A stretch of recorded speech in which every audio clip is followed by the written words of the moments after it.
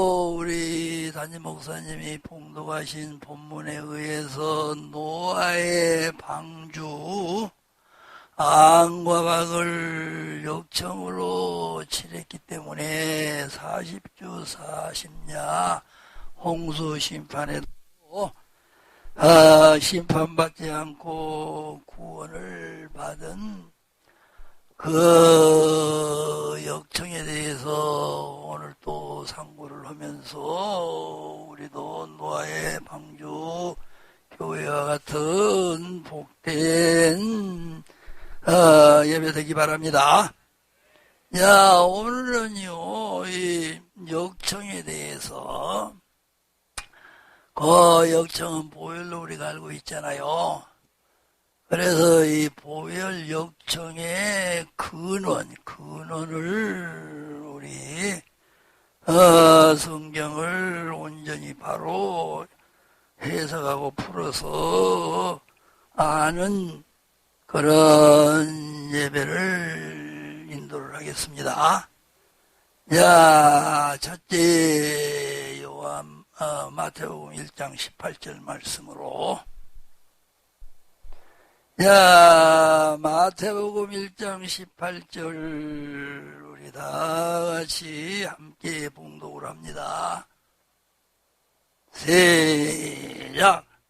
예수 그리스도의 나심은 이러하니라. 그 모친 마리아가 요셉과 정혼하고 동거하기 전에 성령으로 잉태된 것이 나타났더니 그 남편 요셉은 의로운 사람이라 저를 드러내지 아니하고 가만히 끊고자 하여 이 일을 생각할 때에 주의 사자가 현몽하여 가로되 다윗의 자손 요셉아 네 아내 마리아 데려오기를 무서워 말라. 저에게 잉태된 자는 성령으로 된 것이니라. 아멘. 자, 마리아가 요셉하고 정혼을 약혼을 했죠. 그런데 아직 결혼을 하지 않았는데 어느 날 약혼녀에게 잉태되었다는 소식을 듣게 되었습니다. 그래서 의로운 분이기 때문에 안 그러면 분이 나가지고 가서 그냥 성질을 부리고 그냥 아주 어떻게 할 수도 있었지만은 가만히 아무도 모르게 만약에 알면은 그때 돌멩이 맞아서 약혼녀가 죽습니다. 이스라엘 나라의 풍속에 의해서 약혼녀가 다른 남자하고 잉태나고 그러면은 그때 풍속에 의해서 우리나라는 덕성몰이 옛날에 시켰다 그러대. 그때는 돌로 율법에 의해서 쳐 죽여버려야 돼. 그래서 그런 참상이 일어나지 않게 하려고 가만히 그 여자 결혼을 마음은 없고 그래서 가만히 그냥 파혼을 하려고 그랬어요. 그런 가운데 하나님께서 직접 요셉에게 나타나가지고 지금 딱 하신 말씀이요. 너 약혼녀가 지금 잉태한 거는 다른 남자하고 관계에서 잉태한 게 아니고 무엇에 의해서 잉태됐다? 성령님에 의해서 다른 남자하고 손목도 안 잡았는데 잉태되었다라는 말씀이요. 그러니까 예수님은 성령님에 의해서 마리아 그 어머니 태 속에 잉태되신 분이라고 우리가 이 말씀을 통해서 알아야 됩니다. 믿어야 됩니다.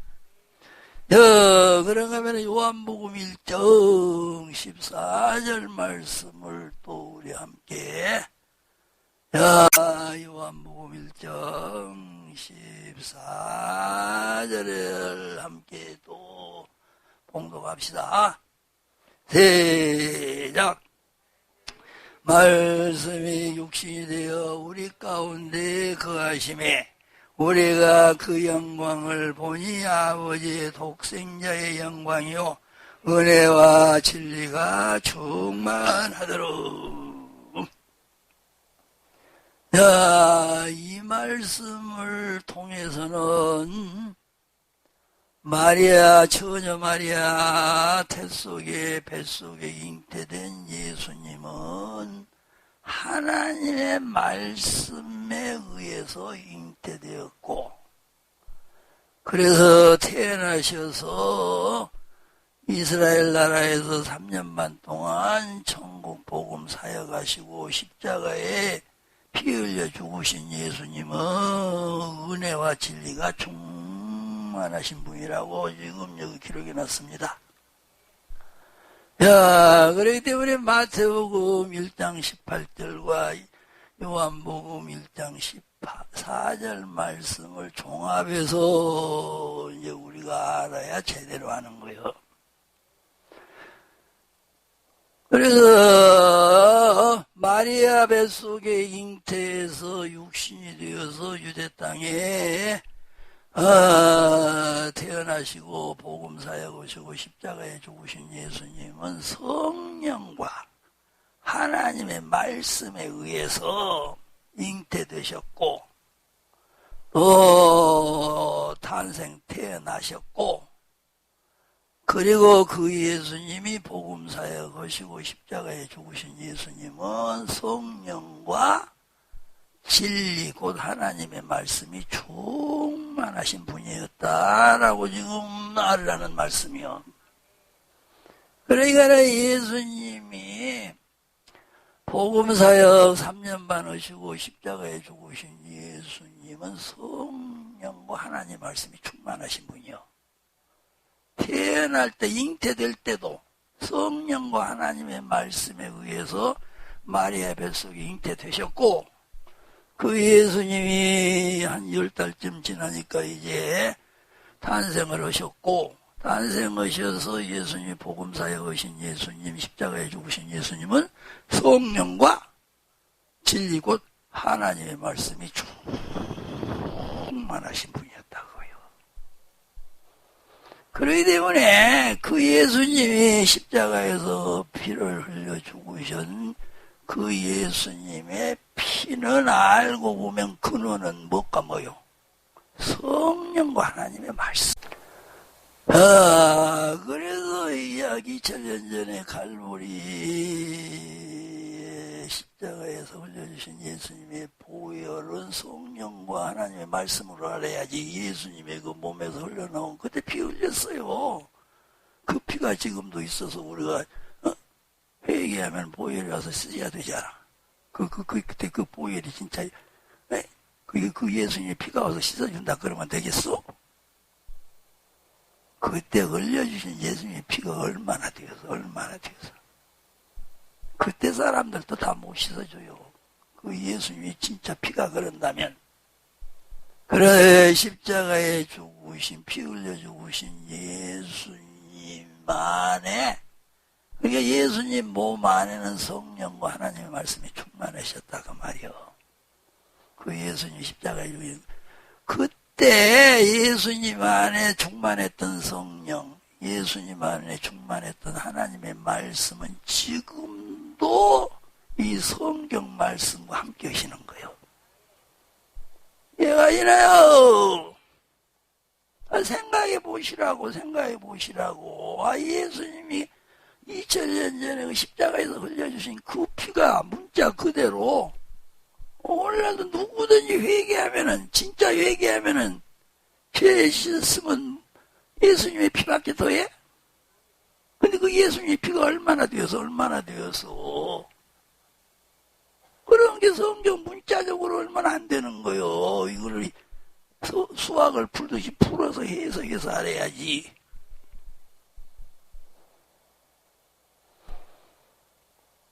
성령이 충만하시고 말씀이 충만하신 예수님이 십자가에 죽으셨다니까 그러네. 복음 사역하시고. 그런데 그때 예수님 안에 충만했던 성령은 하나요, 둘이요?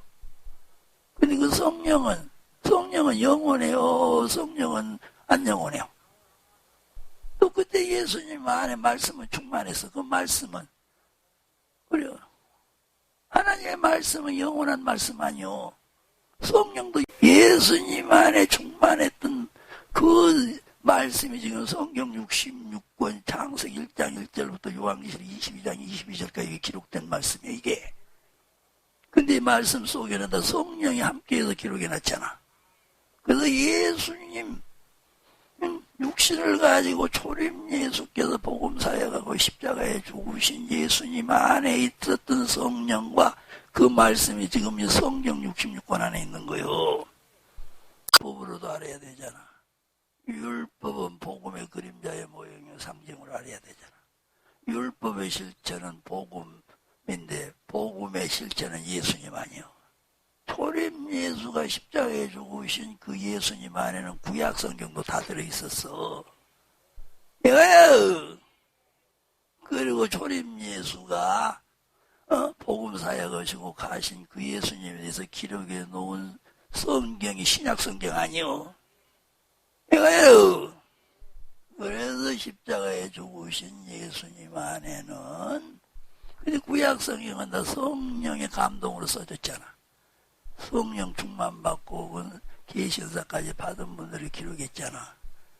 그러니까 예수님 안에는 성령과 구약 성경을 기록한 성령과 기록해 놓은 그 성령에 의해서 계신사에 의해서 기록해 놓은 성경 창세기부터 말라기까지 그 성경 전체 구약 성경 전체가 다 예수님 안에 계셨던 거예요.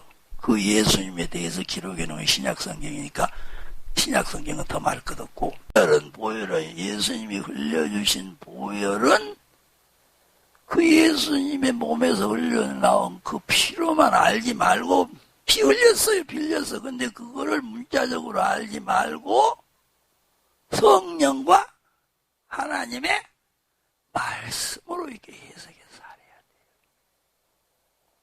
돼요. 그런데 성령과 하나님의 말씀이신 예수님의 몸 안에 있었던 그 보혈은 죄를 씻는 일을 하는 거예요. 죄를 씻는 일. 그래서 에베소서 1장 7절 먼저 읽어봅시다. 성경으로 다 우리가 기록된 성경 말씀을 풀고 해석해서 알아야 성경을 제대로 아는 거예요. 자, 에베소서 1장 7절.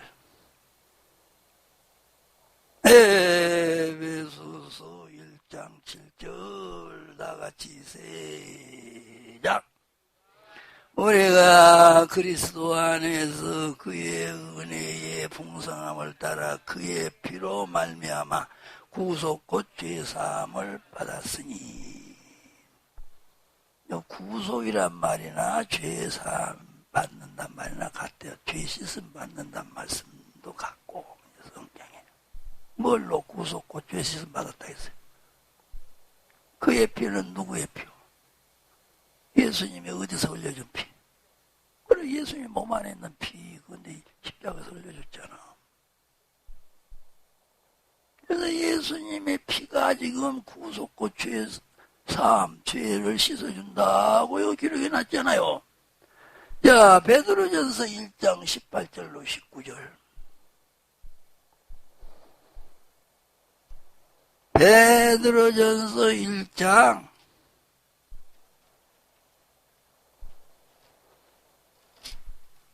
18절로 19절 우리 함께 또 봉독을 합시다. 시작.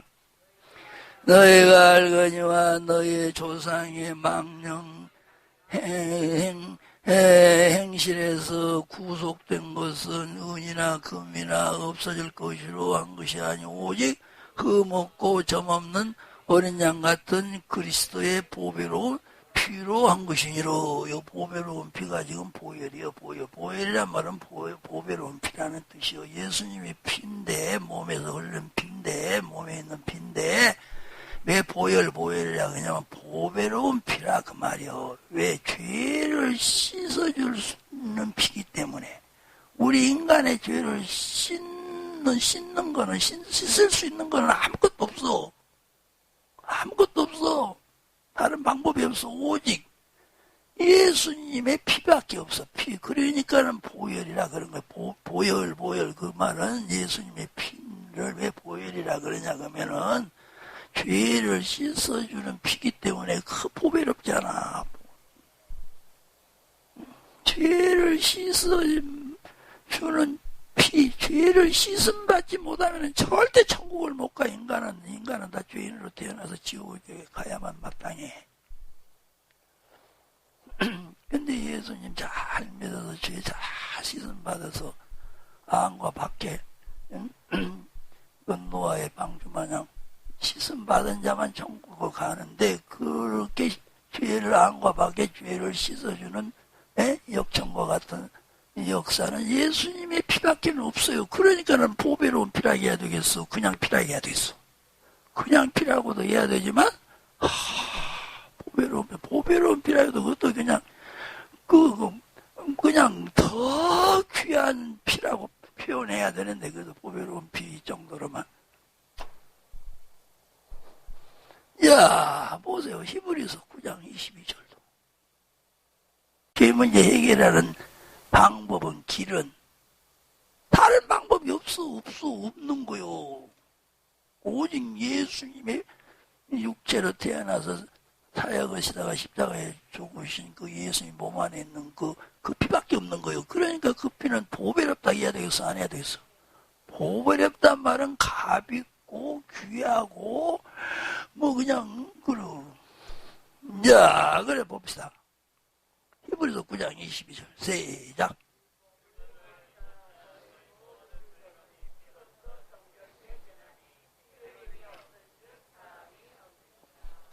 죄사함이라고도 그래요. 구속이라고도 하고,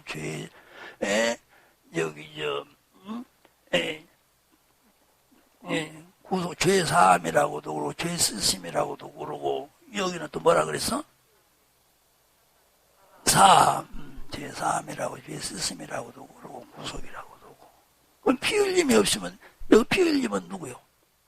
그래, 갈보리의 십자가에서 올려주신 예수님의 피 없이는 안 된다, 그 말이요. 죄 씻는 방법은. 그래, 구약시대에는 이제 죄 씻는 십자가의 보혈로 죄 씻게 된다는, 그거를 그림자적으로, 예수님의 피로만 죄사함을 받는다는, 씻음 받는다는, 구속받는다는 그 진리를 그림자적으로, 모형적으로, 상징적으로 알려주기 위해서 이제 짐승을 잡아서 막 이제 피를 바르고 그래요. 6월절 양도 지금 1년 된 후는 지금 수양 잡아서 문 임방과 설때 발랐잖아요. 그것도 지금 무엇의 그림자의 모형 상징이요? 예수님이 지금 갈보리 언덕에서 이제 십자가에 피 흘려주실, 죄 씻어주실 예수님의 그림자의 모형 상징 아니요? 그걸 어디까지나 상징이지. 구약시대의 짐승의 피가, 어린 양의 그 피가 진짜 죄를 씻어주는 건 아니요. 히브리서 10장 3절이야. 짐승의 피가 진짜 죄 씻는다 했는지 보자. 히브리서 10장 3절이야. 시작.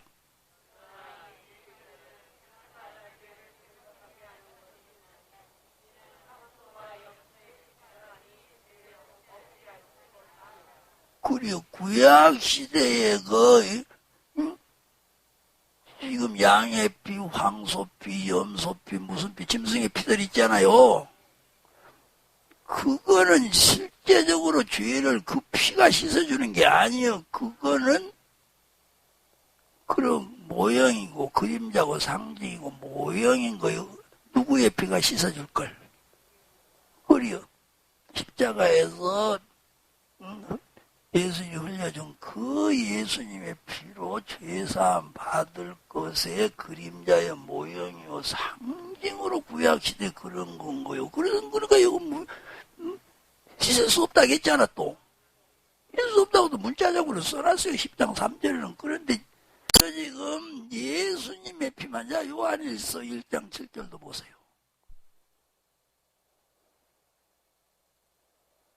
요한일서 1장 7절 시작.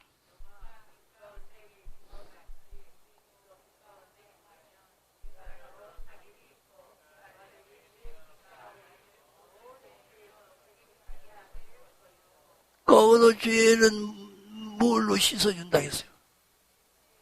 예수님의 피가 죄를 씻는 거요. 이렇게 지금 예수님의 피는 죄 씻는 피라고 저 여기저기 그냥 다 찾아서 이거 못 찾아보는 거요. 오직 예수님의 피만 우리 인간의 죄는 씻는 거. 아무리 문명이 발달되고 과학이 발달되어서 벨 그다 발명해내고 발견해내 제품이 나와도 인간의 죄 씻는 제품은 죽을 때까지 인류 역사가 없어질 때까지 재림 예수 오실 때까지 인류 역사가 끝날 때까지 못 만들어내. 하나님 못 만들어낸다고 했어. 하나님 못 만들어낸다고 했어. 못 만들어내는 거요. 야, 그런데 또 보세요. 죄를 씻는 일은 보혈이 한다고 이렇게 쭉 기록이 되어 있는가 하면은 성령과 하나님의 말씀이 한다고 또 그랬어. 야, 그런 지금 성경 가운데 고린도전서 6장 11절.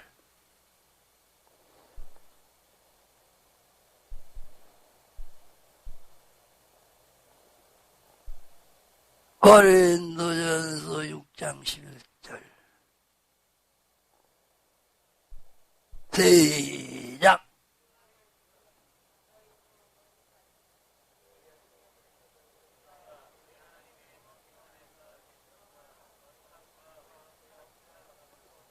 예, 거기 보면은 성령 안에서 씻음과 그랬잖아. 그 씻는다는 거는 뭘 씻는다는 게 있어? 죄의 씻음을 말해. 죄의 사함, 죄에서 구속, 씻음, 사함. 성령 안에서 그런다면 성령님이 하신다 그 말이요. 이해가시나요? 자, 그 다음에 또 하나님의 말씀이 또 죄를 씻는다 그랬어. 에베소 5장 26절.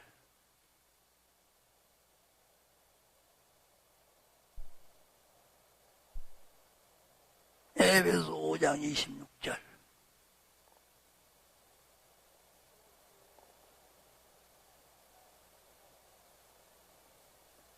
시작.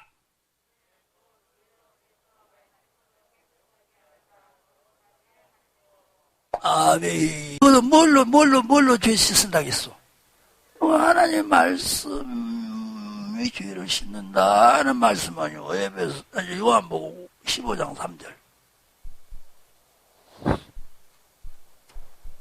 요한복음 15장 3절. 시작.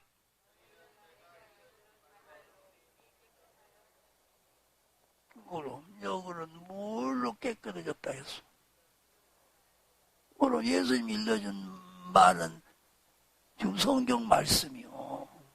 이해가 이래요. 뭐 성경 여기 찾으려면 시간 없으니까. 하여튼 우리가 그거는 기본적으로 알잖아요.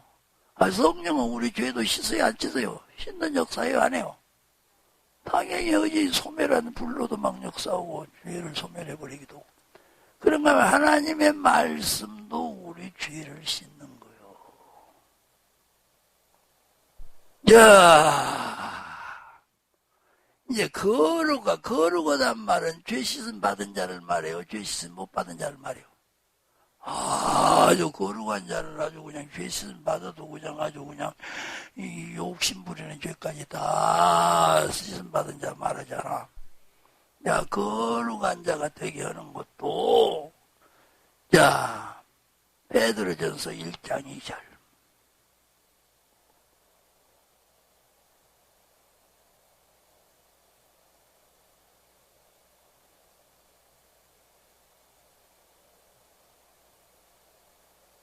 시작.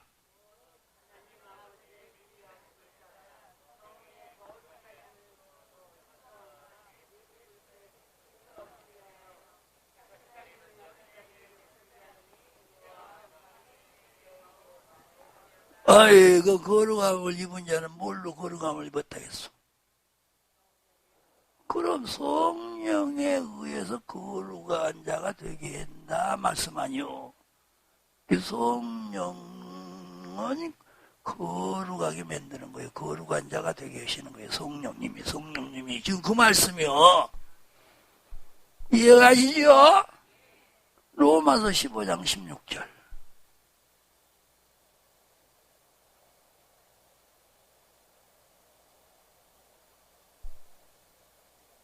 로마서 15장 16절 시작.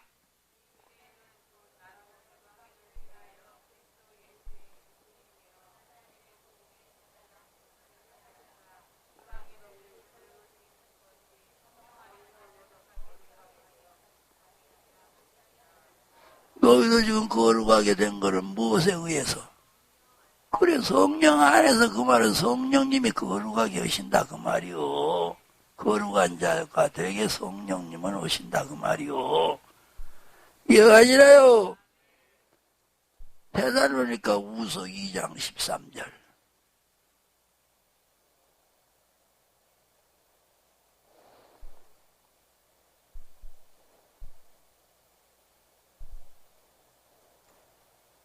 데살로니가 우서 2장 13절 시작.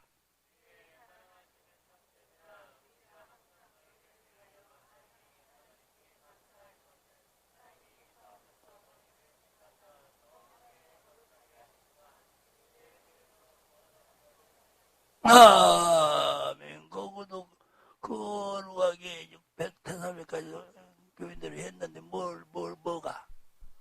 성령님이 오셨다 그 말이요. 성령님은 그래서 거룩하게 하시는 거요.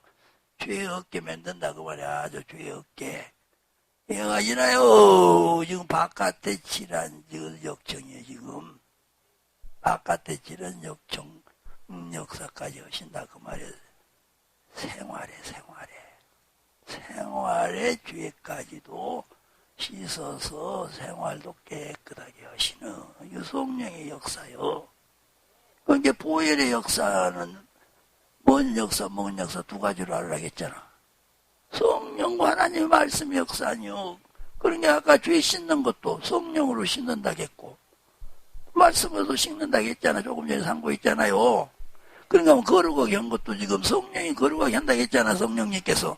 그러니까 말씀이 이제 거룩하게 하신다는 말씀 보자고. 요한복음 17장 17절.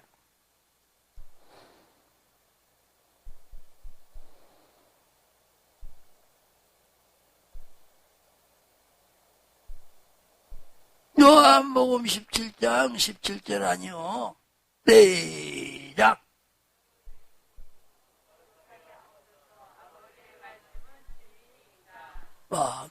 거룩하게 뭘로 한단 말씀이요?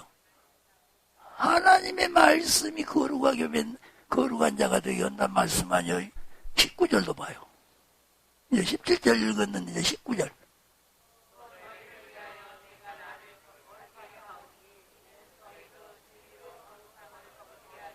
진리로 거룩하게 하라겠잖아. 진리나 말씀이나 다 지금 성경 말씀이요. 디모데전서 4장 5절.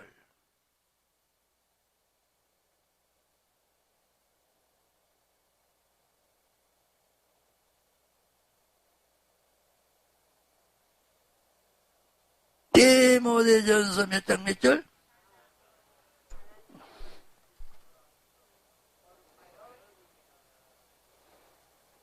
거기서 하나님의 말씀과 기도로